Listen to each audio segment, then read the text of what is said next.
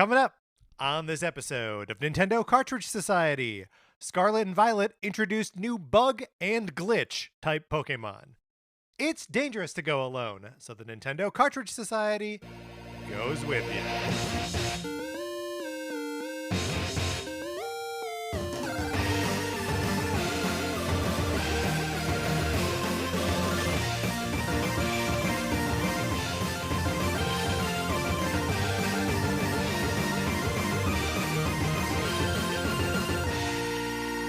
Welcome to Nintendo Cartridge Society. My name is Patrick Ellers, and I am joined, as I am always joined, by my co-host, Mark Mitchell. We've got a good show for you today. We are going to be going through the news from the week, including record-breaking Pokemon sales. And then on Thursday, we're looking back at Nintendo's mobile games and then projecting ourselves into the future of Nintendo's mobile games. But Mark, in the meantime, how's it going? It's going great. Patrick, have you ever been much of a like Black Friday or Cyber Monday shopper? Ooh, no, not much of one. But every now and then I'm like, hang on a minute, we're getting a new TV. Or this last week, I was like, ooh, there are a handful of Switch games that I want to buy that are on sale. So I picked up this week. I picked up Them's Fightin' Herds. I picked up the Capcom Fighting Arcade Collection and Fire Emblem Heroes Three Houses. And I got all three of those games for like $90. Oh, very nice. Yeah, I feel like my games on sale plan that I had for myself kind of backfired because, as listeners may remember, I decided to forego Mario plus Rabbids Sparks of Hope and instead being like, oh, that's going to go on sale super soon. So instead, this is a real kick in the teeth. Instead, I will pick up Persona 5 Royal because that's not going to go on sale. And yet, this past week, Persona 5 Royal was like half off, and Sparks of Hope and Sparks of Hope is still full price. So that's the reality that I'm living in. But it's not still full price. Like, it's been out for a month, right? Like, I think it'll still come down in price. Like, we'll get there, Mark. That's true. It'll all work out in the end. Yes, good. Did you try or not try, but did you go after any other sort of Black Friday deals this year? Or was this the only one? It was the only one. I guess I was too dejected to keep scouring. Mark, when you get thrown off the horse, you got to get back on. Or you walk back all the way to camp. Yeah, that's true. You get on a bike like a good city boy. Mark, here's something you could have done instead of get on that horse again. You could have played my copy of Sonic Forces for the Nintendo Switch. Anyone can borrow it. All they got to do is email us at Nintendo Cartridge Society at gmail.com and give us a mailing address so we can send you my copy of Sonic Forces for the Nintendo Switch. This is my copy of this game. Could be my copy of Untitled Goose Game. That's fine too. I send it to you. I pay for postage both ways. You play it as long as you want. You don't pay anything. I'm sorry. I said you pay. The words you and pay came out of my mouth, and that's not at all what I should say when discussing this program. You pay nothing. That's how the sentence ends. But yeah, this is a real program. You can really borrow my copy of Sonic Forces. All you gotta do is email us. And it's the perfect borrowing program. Yes, as always, it remains the perfect borrowing program. All right, Mark, let's get into what we've been playing this week.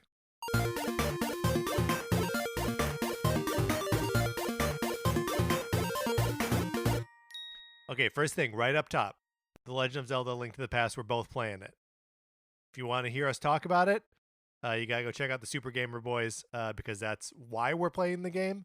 We're talking about it on their book club, games club. Very exciting. I love Link to the Past, and I'm going to enjoy talking about it. Yeah, I can't remember if we talked about this 2 weeks ago, but I realized looking at my save data on my Switch, the last time that I played this was for our retro month in like April of 2020. So it's been a while, and I am not having the same experience with it now that I had then. So it's been a lot of fun. Oh, interesting. What a tease, Mark. Oh, yes. Yeah. I've also been playing Persona 5 Royal. I did not forget about it. I realize how, I think I've at this point maybe played like 7 hours. And so there is quite a lot of game yet to go, and I realize this because new systems are still always being introduced to me, like, all the time.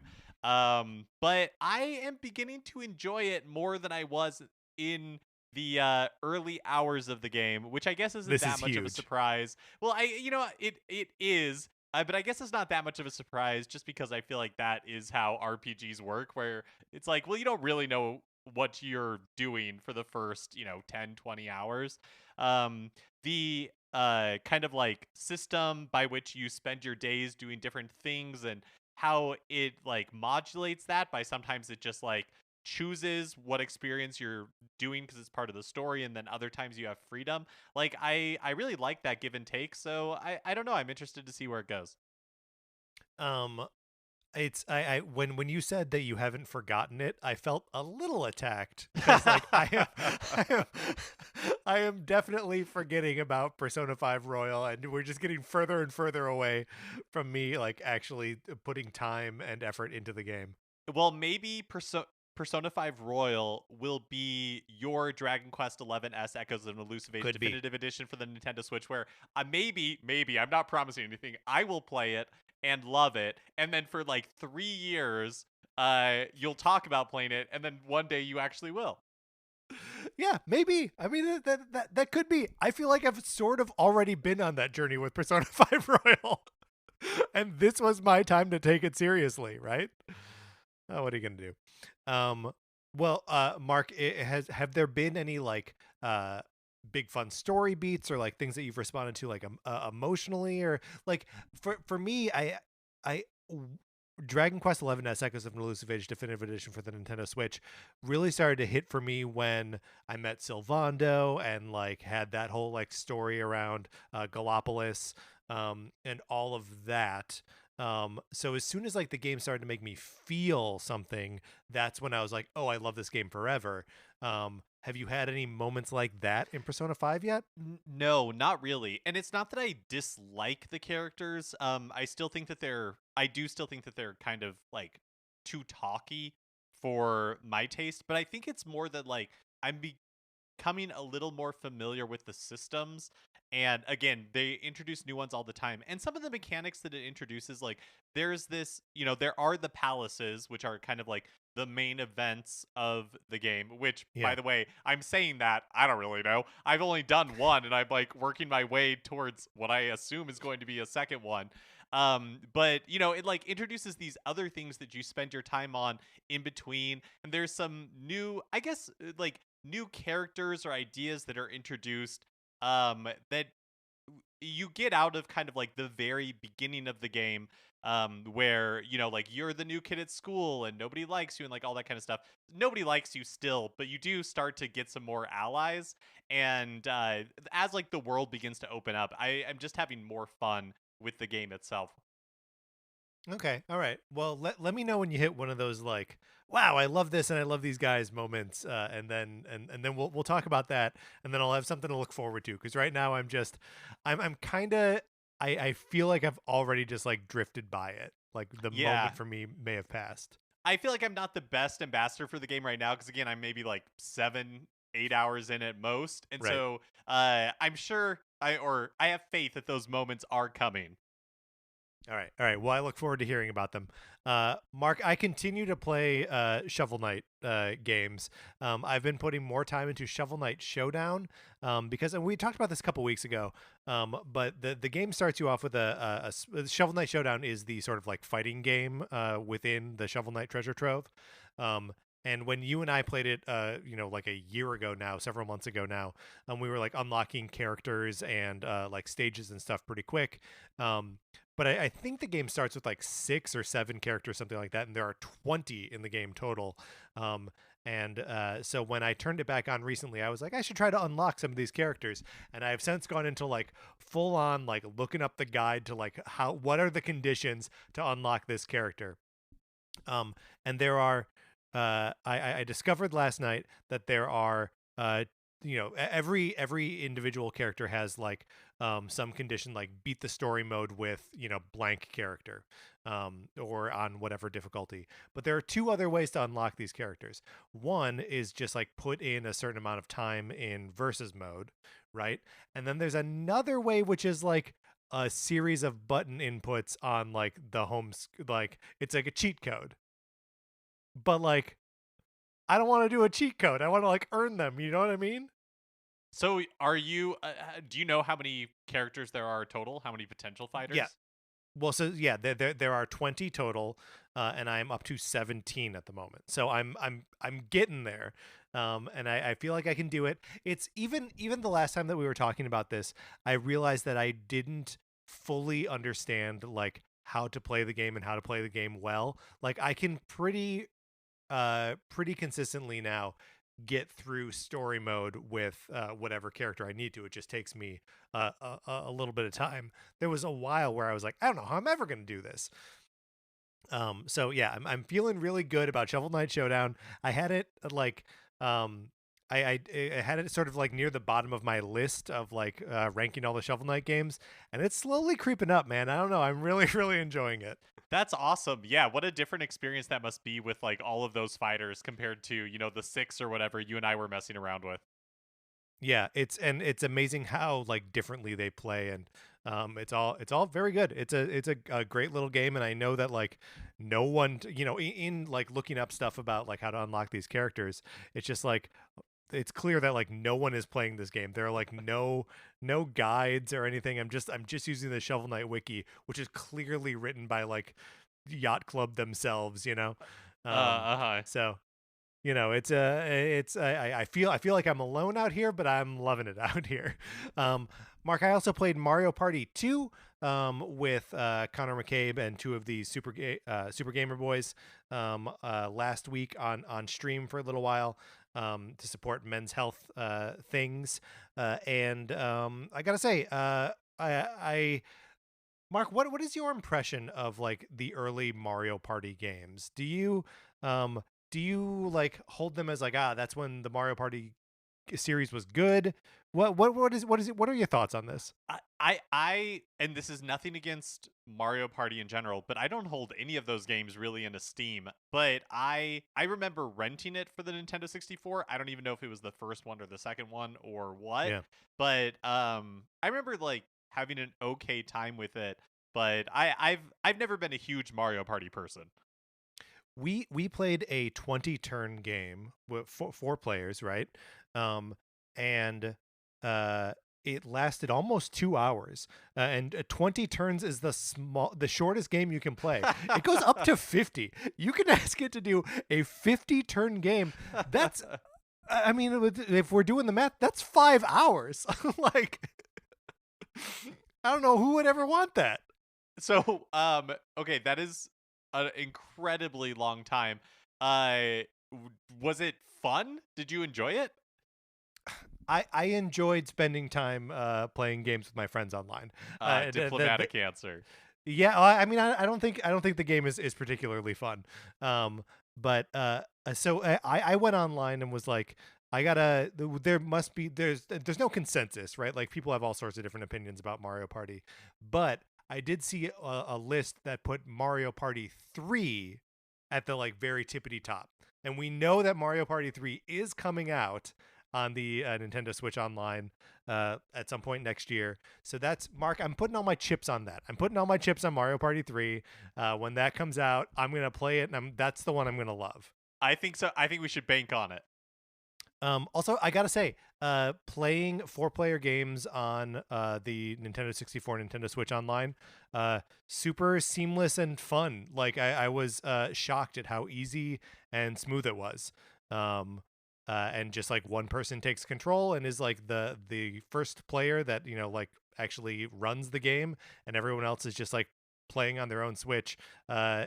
I know that that's just what online gaming is, but it's a miracle to me whenever it works on a Nintendo platform. Oh my gosh, I completely like it. seems like something we should be able to take for granted, and yet, Splatoon 3 continues to be Right. a little bit of a Right. mess of connection errors. But I actually haven't played any online games on Nintendo 64 Switch Online, so maybe when GoldenEye comes out, we'll have to try that out.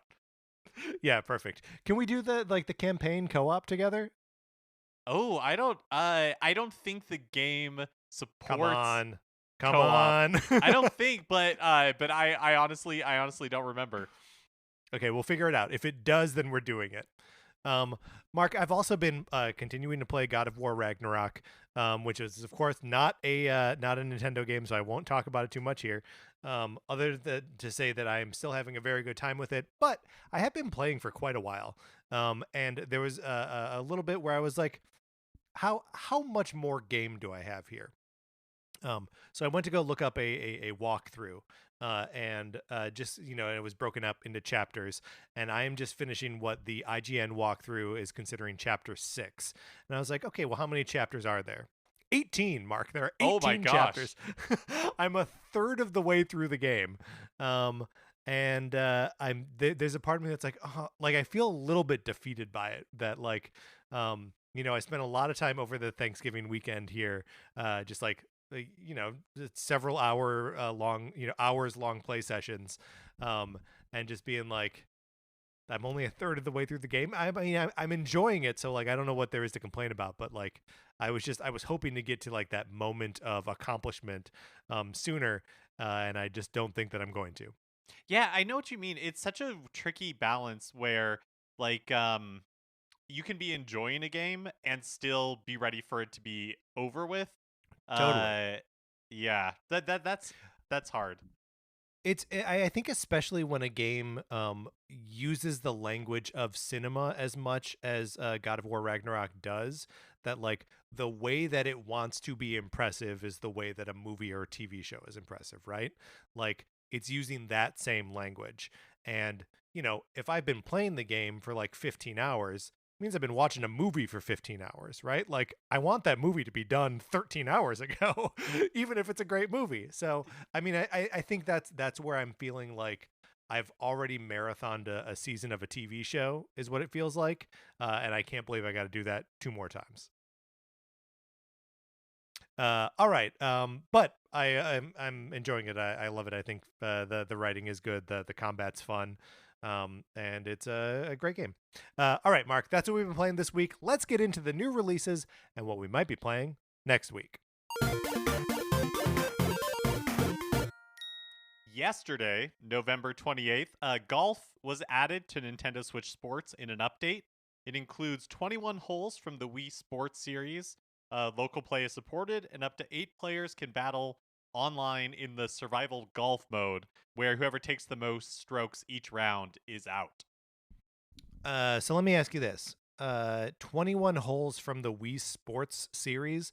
Does that mean there are no new holes? Yeah, I think that is true. I think it all is all from the Wii Sports series.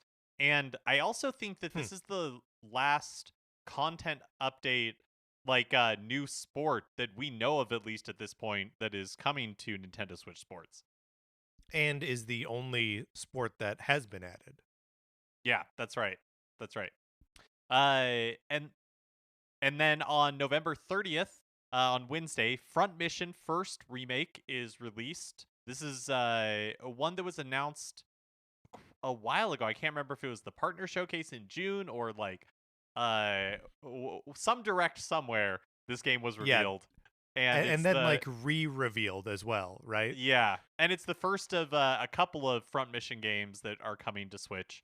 And then on Thursday, December 1st, the Splatoon 3 Chill Season Update is released, and the Nintendo Twitter account confirmed that as part of that, Marooner's Bay is making a comeback for Salmon Run in Splatoon 3.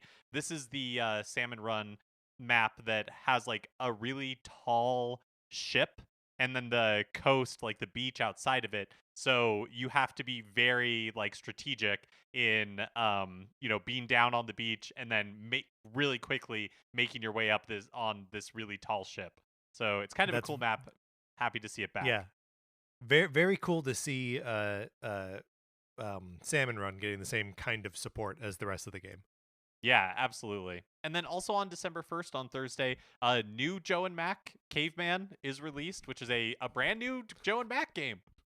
It's we got to talk about this because it's uh I don't so I saw this trailer pop up, and I texted it to my buddy Pete, and was like, I can't believe this, they're making a new Joe and Mac game, and that's basically out right now. um and then I described the way it looked, and I swore. So I'm not going to say what I said to him, in the text here, but it looks real bad. Like, it looks, and the Joe and Mac games like aren't actually good, classic games. They're just like classic because you play as cavemen, and that's kind of funny. But it looks awful. The game looks awful. I don't know if you checked out the trailer. Like, I I did watch the trailer. I feel like in stills it doesn't look that bad, but in motion, it doesn't look awesome. But also, I have no real affinity for the Joe and Mac series. I sort of do, even though I know they're not good. And this just looks like hot garbage to me. Well, also on Thursday, Romancing Saga Minstrel Song Remastered is released. This has to be like Square Enix's 100th release this year. They have released so many games. It's kind of crazy. Yeah. The amount of games that Square Enix has released. But this is a remaster of Romancing Saga, which I think was originally released for PlayStation 2. Could that be right? No, Super Famicom. But a Other but a direction. remake, a previous remake was released on PlayStation 2. Also releasing Thursday, Inscription, Railbound, and Arcade Archives Tetris: The Grand Master. Okay, so I want to talk about, arcade archives a little bit. The Tetris the Grandmaster, which is, like an interesting, like, arcade version of Tetris that would, that's like extremely difficult. Has this like reputation for being just like a Tetris Pro killer. Like that there are like moments in the game where it does like, automatic immediate drop. So like the second, a piece appears, you can like try to influence it one direction or the other, or like try to get a spin off, but like it just falls like so super fast, and then that lets up after a little bit. So I'm very interested to try that out. But I also just wanted to shout out that, Arcade Archives, is celebrating this. So this it's they're put out by a company called Hamster, and they're celebrating 300 consecutive weeks of releasing, Arcade Archives games on the Nintendo Switch with a Nintendo published arcade game sale. So, through December 15th, all of their Nintendo published games are, down from $8 to $5.59, so it's like 30% off. And a lot of the games that they publish, are a lot of games that they put out here that, were originally published by Nintendo, are, redundant to what is on the, NES, Nintendo Switch Online. But there are a few that aren't, and there are differences between the arcade versions of these games and the NES versions of these games. So, I just want to shout out a couple, like the Arcade Archives version of Donkey Kong, which is the arcade version of Donkey Kong. The NES version is missing a level. So there are 3 levels in the NES version of Donkey Kong, but there are 4 in the Arcade Archives version. So, like, if you like Donkey Kong, original Donkey Kong at all, check out the arcade version. It's now, $5.50, so that's a pretty good deal. There's a Mahjong game that Nintendo published. Both Punch Out and Super Punch Out, are, different versions of the game that include like the wireframe, Little Mac. For a lot of these games, but specifically for the Punch Out games, they use the vertical monitor instead of like the normal horizontal. So like there's an aspect ratio thing that's, kind of, trippy and unique. There's also a game called Sky Skipper, which has never been ported to the, NES. It's a weird, you're like flying a plane fighting giant gorillas. It has nothing to do with Donkey Kong, but like it kind of looks like it has everything to do with Donkey Kong. and then all of the versus games, so versus Balloon Fight, versus Super Mario Brothers, and versus Tennis, which is just sort of like souped up versions of those NES games. All of those are on sale, so it's a neat. And I did go on a little bit of a spending bender here, Mark, and pick up a few of these things, and I'm very excited to try out the arcade versions of a lot of these games. Including, I'm assuming, Donkey Kong 3. Donkey Kong 3 and Donkey Kong Jr. I picked up I already had the original Donkey Kong in arcade archives, but yeah, I picked up the other two because they're all like a little different. There's some really cool graphical things that they do in Donkey Kong 3. The game is you play an exterminator, and Donkey Kong is like invading a greenhouse, and the beehives that he like kind of like wraps with his knuckles to like release insects that come in and fight you. On the NES version, they just sort of like pop out. But in the arcade version, check out video of it. It's really cool. That like they start out small and kind of like loop around. There's this really neat trick of perspective, and whatever they were able to do with like the enhanced hardware of the arcade cabinet versus the NES, it just has a much more like ethereal, creepy, bug-like effect. It feels like a real swarm of insects. It's so cool. Oh, that's cool, man. Donkey Kong 3, Stanley the Bugman in arcade perfection. Yep. So I knew, Mark, I knew that in talking about arcade archives, I was going to just talk about something that interested only me for a little bit. But there you have it. There are a lot of games in there. Check it out if any of them interest you. They are now just $5.50. Also, 300 consecutive weeks. It just brings me back to the early days of this show when we're doing new releases, and the Switch eShop was not the bumper crop that it is on most weeks now. And we were consistently talking about what was coming out in arcade archives. Yeah, and I think that's probably when Donkey Kong came out, and I bought it at that time. There is, speaking of the sort of like different perspective on the monitors, the vertical monitors, there is a peripheral called the Switch Grip, I believe, that like you can hold the Switch vertical and like have the Joy-Cons on like the top and bottom of it basically, that I may want to get now because all of these Nintendo games use the vertical monitor for some reason, and so like I'd like to play those games in their in an aspect ratio that like makes sense on that Switch.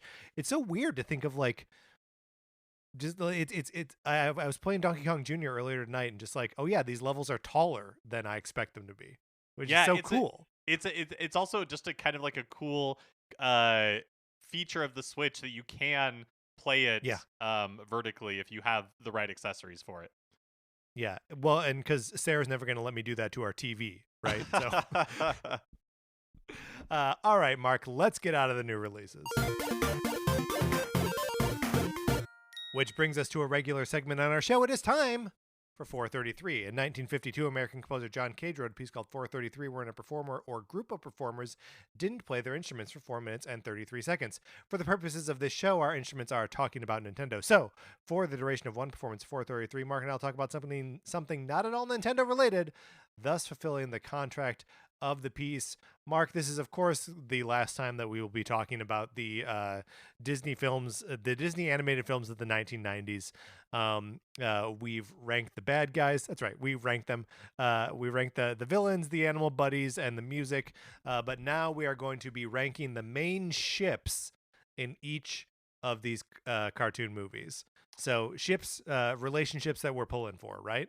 That's right. We're not talking about like Prince Eric from The Little Mermaid, whatever his like sailing ship is called, right. Versus whatever ship they show up on in Tarzan. Or in Pocahontas, right? Right. Look, there are a couple. Maybe we should change it. Maybe it should be those ships. Okay. But first, we need to establish what each of the ships, the main ships, are. Okay, so I think in Rescuers Down Under, it's fair to say that it's Bernard and Bianca, the titular rescuers. And I think they're going to be hard to beat, frankly. Bernard and Bianca, they adventure together. It's what more do you want? They make a good team. Yeah, they do make a good team. Okay, Beauty and the Beast. Who do you think is the main ship here? I have a suggestion, but I'd like to hear what you have to say. Okay. I'm gonna say Lumiere and Cogsworth. So I was gonna say Lumiere and the sexy feather duster. Oh, right. I mean, that is actually canonically true. So yeah, I think that's a good one. I like that a lot. All right, great. And then leads us to Aladdin.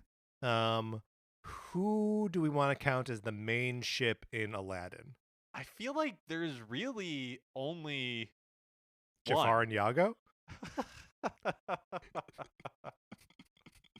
No, it's Aladdin and Jasmine. Yeah, I think it is for this one. I think it is. Yeah. But what about the Lion King? Oh no, this is Timon and Pumbaa. Okay, I'm and good with that. They're like OTP as well. Like they belong together. Yeah, for sure. Okay, Pocahontas, pass. Yeah, pass. I don't know.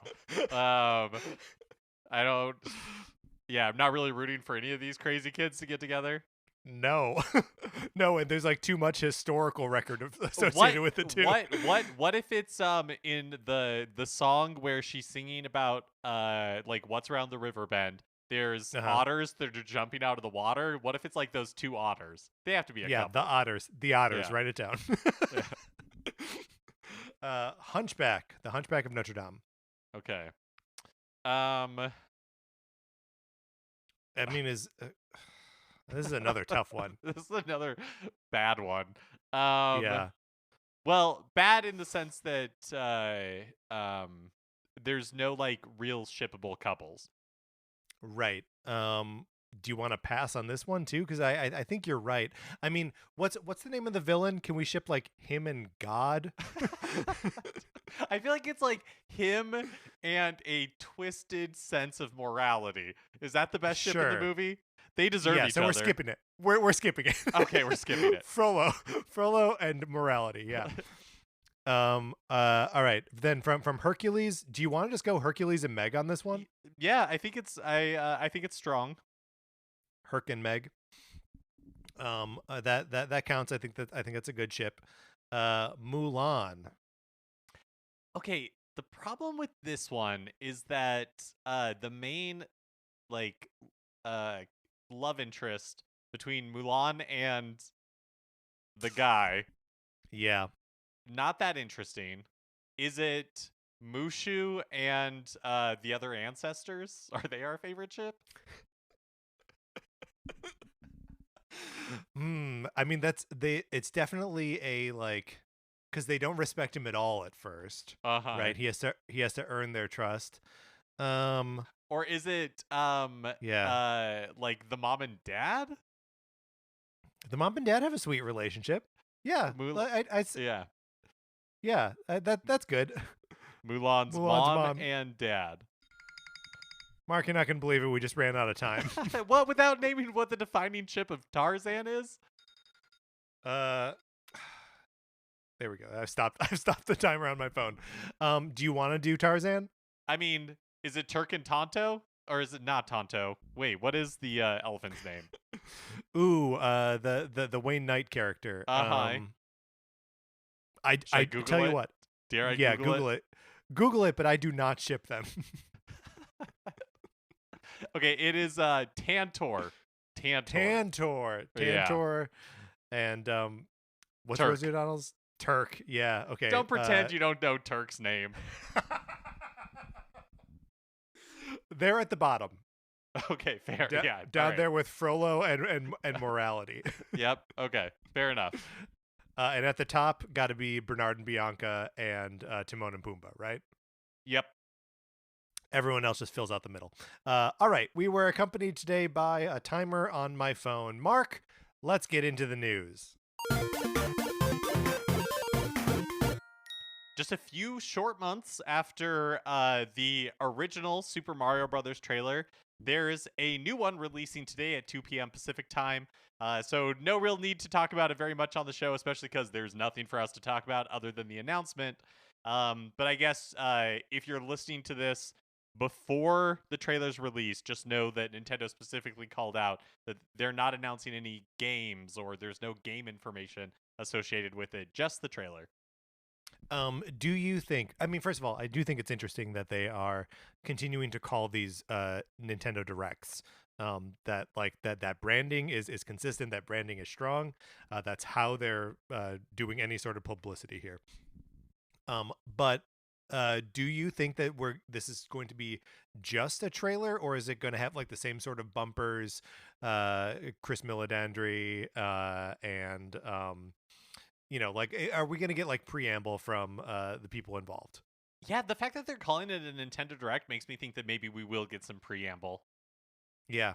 You think like Charlie Day is going to talk about his experience stomping Koopas at I the mean, arcade? yeah, Or exactly. We only heard from a couple people, and on the teaser, they're showing the interior of Peach's castle, or at least like a piece of it. So maybe we'll see yep. Anna Taylor-Joy. She'll be in the intro there. I will say that this seems like the kickoff to a bigger marketing campaign, because with this announcement today, kind of the floodgates opened as far as leaks with marketing materials, so different like posters and Yeah. images that appear to be tied with like McDonald's or other or movie posters. So I have the feeling that we'll be seeing a lot more Super Mario Brothers movie stuff in the coming days and weeks. It seems like this is going to really kick off whatever the like marketing machine for the movie.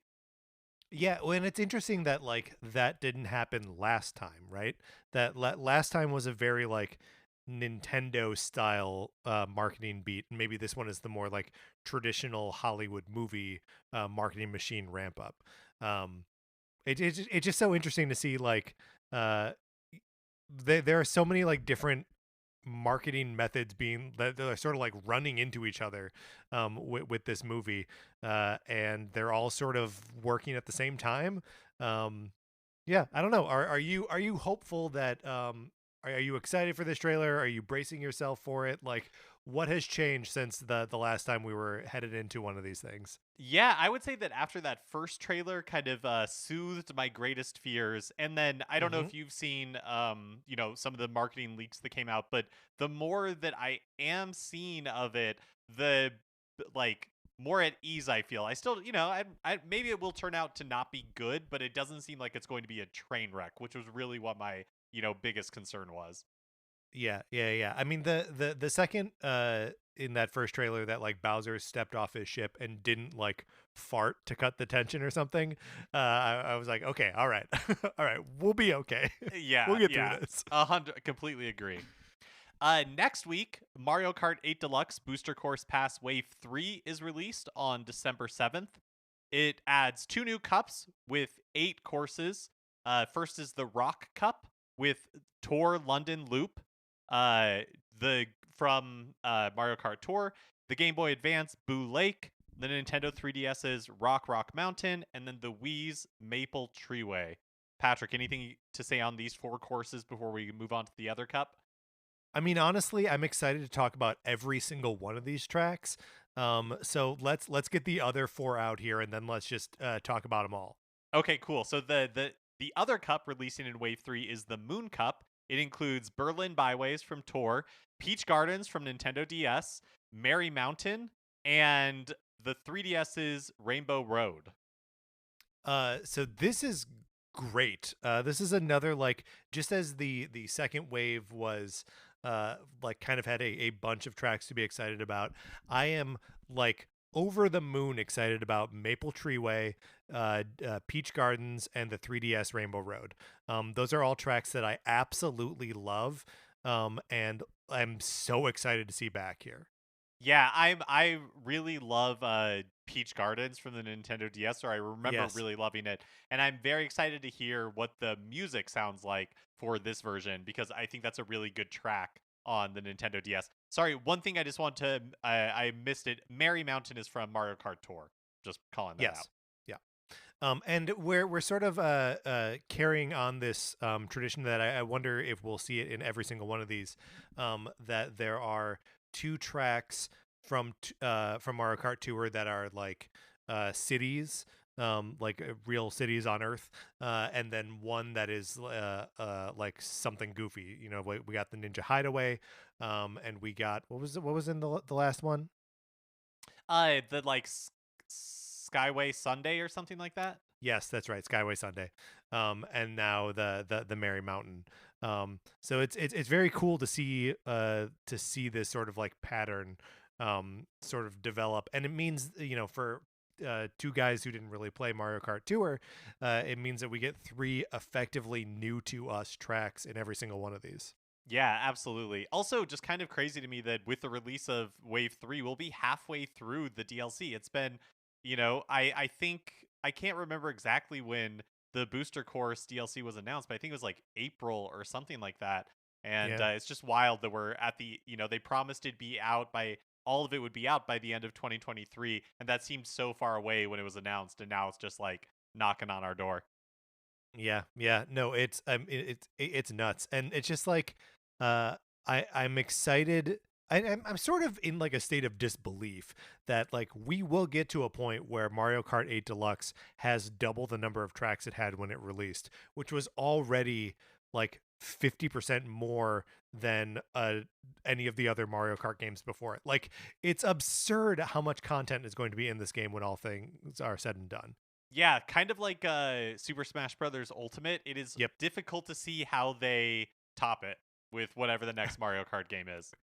Right, seems almost untoppable, but I think actually in both cases, if whenever the next version of the Switch comes out, which I'm still banking on 2025 by the way, that they could release a Mario Kart 8 Deluxe with all of the tracks built in, and a Super Smash Brothers Ultimate Deluxe with all the DLC characters built in, and those would be like those could be compelling packages all on their own. I mean, that's true. You just kind of like start there.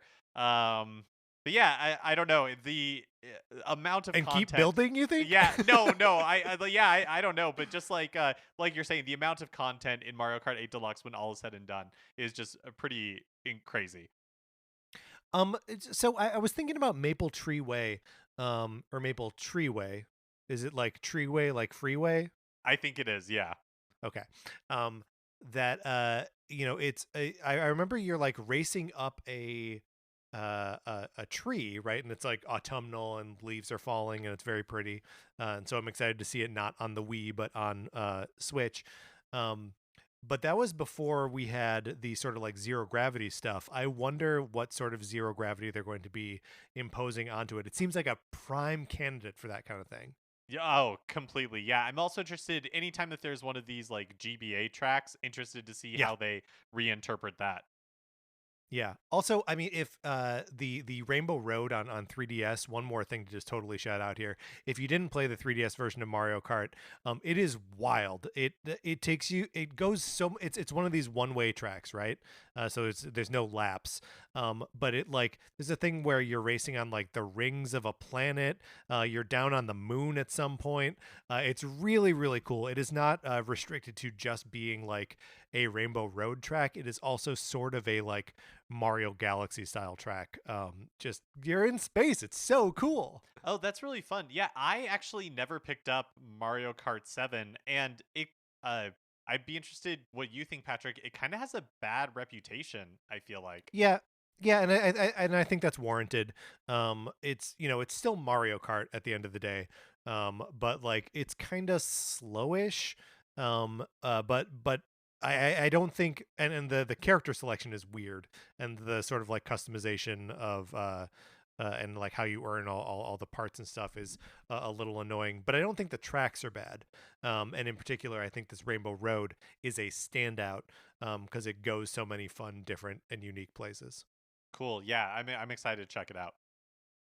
So, Pokemon Scarlet and Violet released about a little over 10 days ago from the time this episode releases, and And sorry that we're not talking about it as something that we're playing just yet.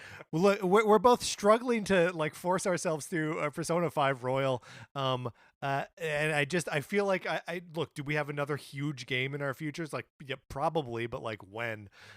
Mark, have you felt the pull towards this game at all, or are you feeling like inoculated by the sort of like glitchy, buggy reports of how the Well, game runs? yeah, I'm a little bit torn because I picked up Shield, like from Pokemon Sword and Shield when it released, and I played maybe 10-ish hours in it and would just Right. kind of like let it go by the wayside.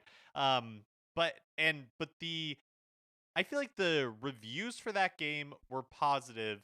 The reception was more mixed. And then I feel like the reviews for this game have been mixed, partly for the like technical problems that the game seemed to have, like its poor performance, but that the actual like gameplay seems to be really people seem to be really enjoying it. Like that it's one of the best Pokemon games in a Yeah. while.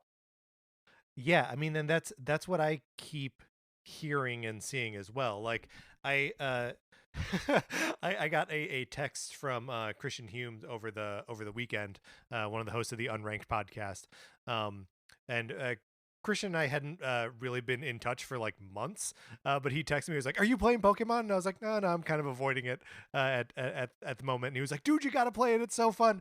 And just texted for like all morning on Friday about his fun experience playing Pokemon. So like I'm tempted to get into it. Is that crazy? Mark, am I crazy? I Did don't I know. lose you? Did you? Okay.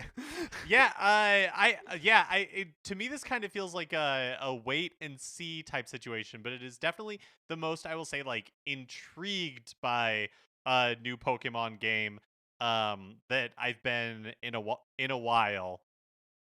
We but we Patrick, you and I are kind of outliers in not picking Yes. it up because we knew that it was the most pre-ordered game in the series, but Nintendo just a few days ago announced that Pokemon Scarlet and Violet shipped over 10 million copies in its first 3 days on store shelves, which is like far and away the biggest opening for Pokemon ever. Like that's a massive amount. I think just to put it in perspective, this is not to slight the game in any way. It's hugely successful. But in the new God of War game, Sony announced that it had sold or shipped, like I think it was like a little over 5 million or close to 5 million. And so Pokemon like doubling that in 3 days. Also, it is the biggest debut in Japan ever at 4.05 million copies. And the previous record was Jeez. set just a few like mere weeks ago by Splatoon 3 at 3.45 million. So Scarlet and Violet, at least in the opening here, just kind of like exploded. Yeah, I mean it's so interesting to just like spectate on the release of Scarlet and Violet, it being plagued by technical problems, seemingly fans not stopping them from enjoying the game or from buying the game.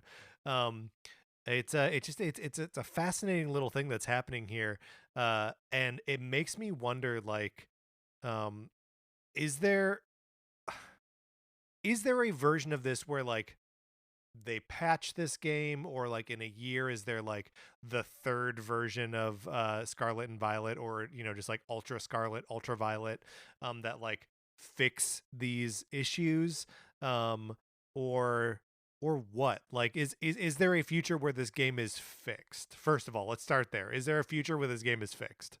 I think that there will be continual improvements. I don't know, Sure. that it'll ever be amazing, but I would be surprised if there's a third version just because it seemed like they had a lot of success with the doing the DLC for Sword and Shield that kind of Yeah. like extended the life of that game. But yeah, I don't know. I don't know if it's like the limitations of an older system like the Switch running up against the ambitions of a game like Scarlet and Violet, uh, or that like yeah, I don't know enough about it to really understand like where things went wrong. But you would hope, especially with a game with a launch this large, that they don't want to poison the well by, for the people that did find it unplayable or really difficult to get through. It feels like it'll have a lot of legs, and so they have a lot of opportunity to fix it. What do you think? Uh, so here's follow me into conspiracy corner, if you will. Okay, I've got I've got a wild theory. Okay, and the wild theory is that the Pokemon Company was developing Pokemon Scarlet and Violet for the what eventually turned into just the Switch OLED, right? That they were developing for what they thought was going to be a stronger piece of hardware.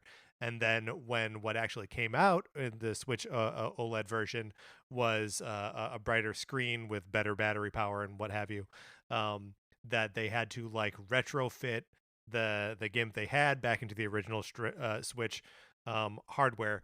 And that to me, so that's the theory, right? That's my theory. Um, and for me, that also speaks to why Pokemon Legends Arceus also came out this year. That they were like, we'll have one version for the new Switch and one version for the old Switch. That's, like the people who have the old Switch, they can have the open world experience of Arceus. For the people who have the new Switch, they can do Scarlet and Violet. And they're like, well, actually, this thing just has to go on there. So, Mark, my conspiracy theory is that when/if we get the announcement of a new model of Switch, that there will be a like launch version of it of these games for it that runs better. I would 100% buy that, that this game was targeting, because when the OLED came out, or right before the OLED came out, you know, all of the like Bloomberg and other sources were Hmm. nailing all of the specs except for that more powerful like graphics Right. chip. And so yeah, I would totally buy that the games like Scarlet and Violet were developed with that in mind. And, like whether there's a new version or not, I wonder if the games would just inherently run better on that new Switch. And so they were banking on the experience being, the OLED would have been out for a year by the time that Scarlet and Violet comes out. A lot of people would have it. Yes, almost like the cyberpunk sort of thing where they're like, oh Sure. yeah, like the older consoles would have an inferior experience, but enough people would be on the new consoles or whatever to negate that. Yeah, I would totally buy that was part of it for sure. Let me ask a follow-up question here. Does this make you at all nervous for Tears of the Kingdom? It um makes me a little bit nervous. It does. But I think that the reputation of having a main like Zelda entry, and one that is a follow-up to such a beloved initial entry run really poorly, where generally speaking Nintendo games like don't have those many of those issues in the first place. Like there were areas in Breath of the Wild where there was slowdown, like you would Yeah. by the Great Deku Tree and like all that kind of stuff. But I feel like I would be really, really surprised if Nintendo releases a subpar experience with Tears of the Kingdom. Yeah, I mean, I would before Scarlet and Violet came out, was feeling the same way that it's like they'll find a way to make the game run, great. And like the Pokemon Company is not Nintendo, they're different things, but like their priorities are aligned, right? Like Nintendo wants a Pokemon game to run well on their hardware, right? Um yeah, I don't know. It seems to me like there's what's the reason that one of these games would do well on the system and the other one wouldn't? Just and again, not to like denigrate Game Freak, because I don't know Sure. enough details to actually know what happened, but just technical prowess, right? Yeah. Time in development, the amount of engineers on a project, and like the talent of those engineers. I think it is very like I just have a really hard time believing that Nintendo would let something like that out the door, especially on a game as anticipated as Tears of the Kingdom. All right. Well, just know that I'm holding my breath at this point. Hey, fair enough. Fair enough. Speaking of holding your breath, longtime Super Smash Brothers producer Masahiro Sakurai started a YouTube channel a few months ago called Masahiro Sakurai on creating games, in which he like posts videos on his thoughts and experiences and kind of just like things that he wants to pass down that he's learned from game development over 40 some odd years. And in a recent video on the topic of game difficulty, Sakurai discussed the Fiend's Cauldron mechanic from the Nintendo 3DS game Kid Icarus Uprising. The Fiend's Cauldron, basically it lets a player select a difficulty before a level, and then the rewards that a player earns in that level scales with the difficulty. So the more difficult you choose, the better, and like the increased volume of rewards that you can receive. And that's all. Like, everybody should subscribe to the channel. It's really delightful. He posted just like a video about his cat just a while ago. Like, it's just it's a great channel if you're interested in game development at all. But also pertinent to this episode, anyways. In passing, Sakurai teases, quote, "It sure would be nice to play Kid Icarus Uprising on a home console. I wonder if someone out there will ever port it." Someone out there. Yeah. Shout out in the comments if you want to port the game to Switch. So previously, Sakurai, had said that he wasn't sure if a port would be possible or that it would be, like a lot of work. But he knows that fans want it. So what do you think, Patrick? Is he teasing fans, or is he teasing that a port could be in the works? I mean, I think we're dealing with a little gremlin of a man who wants to cause trouble and stir stuff up. I don't think he knows anything about a port that's coming anytime soon, but I think he knows it creates a fun little storm if he's teasing it. I think so too. I think he's just being a fun little imp here. Yes, that's right.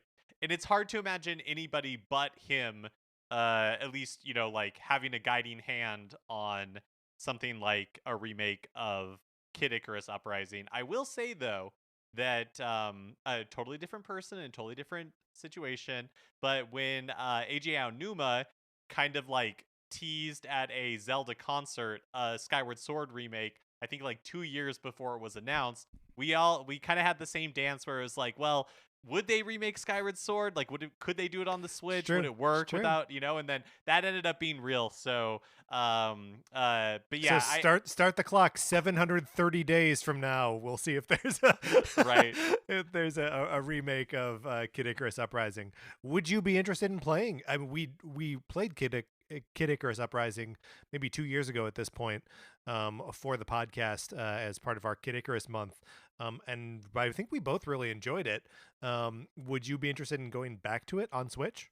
I did really enjoy it. I did, like find the control scheme to be a limiting factor in that enjoyment. And so, yeah, I would be interested in playing it on Switch or, the next Nintendo hardware. I feel like, especially now that like Super Smash Brothers Ultimate came out, and it would just be really interesting to kind of like compare those games side by side, because there is so much of Smash in Kid Icarus Uprising, like not like Tons, mechanically or like not like in gameplay so much as in the sheer volume of content and options and Easter eggs and fun things in Kid Icarus Uprising. It really does kind of like rival Smash. Yeah, well, and it's also like it's very similar in its like UI and UX, right? Like all the menus, like the menus are never like text based. They're all like design based, right? That like there are these big panels that represent your options and like, bright colors, and it's all very like fun and clicky and engaging, and you never feel like you're just scrolling through words on the screen to select something different, which like I can't believe more games don't like embrace that sort of style. Like it's it's so cool, and so games are graphic, not text first. But that's so many. Again, I'm playing God of War. The number of words on the screen as I'm playing God of War, it's just it's out of control. The other thing with like Kid Icarus Uprising, bringing it to Switch, is that the control scheme for Kid Icarus Uprising on the 3DS is notoriously complex, kind of challenging, a little weird to play. But I don't know that I would want it to be just like a twin stick like dual analog controls, like that also kind of feels like beside the point. So I don't really know. I think I kind of might want it to be. Yeah. Here's the thing. I think if it because the way the control scheme works now is that you're using your left hand to do the Circle Pad Pro, or the Circle Pad, the Pro was the add-on, the Circle Pad with your thumb, and then using your left index finger to push the L button to fire, and then it's a touch screen to like control aiming and stuff. If it which worked well enough in the flying sections, but is like a disaster in the ground combat. And if they were to take like that idea in the air and just make it so that you're like controlling aiming with like motion controls, like moving the reticle around with motion controls, and then like on the ground, if it went to like a twin stick sort of like third person action game style control, I feel like that would be perfect. Yeah, that could be cool. Well, I guess if, like you said, in 2 years, maybe we'll be able to see which one of us was right. Yep. And Wait, then, which one of us? Are we on opposite sides of this? I'm drawing a line. I don't know where, but I'm doing it. Finally, we missed it in our last news episode, but November 16th was Shigeru Miyamoto's 70th birthday. So Miyamoto, you don't have to be sad anymore. We are recognizing your birthday. I know that you were missing it. You listened to the show religiously, and I just wanted you to know that we knew it was your birthday and we didn't forget. Right, and your cake is in the mail. That's right. All right, Mark, let's get out of the news.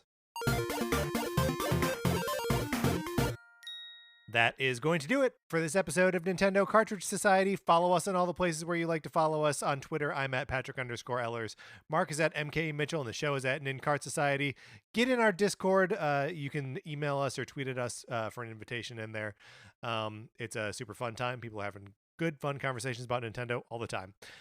Anthony DeLuca made our logo. Our theme music is provided by 8-Bit Betty. You can get more of his music by going to 8bitbetty.com or by listening right now.